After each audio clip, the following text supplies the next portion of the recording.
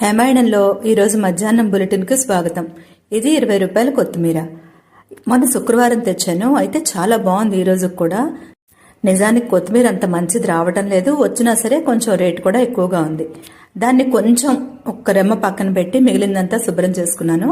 కొంచెం చింతపండు ముందుగానే నానబెట్టి ఉంచుకున్నాను.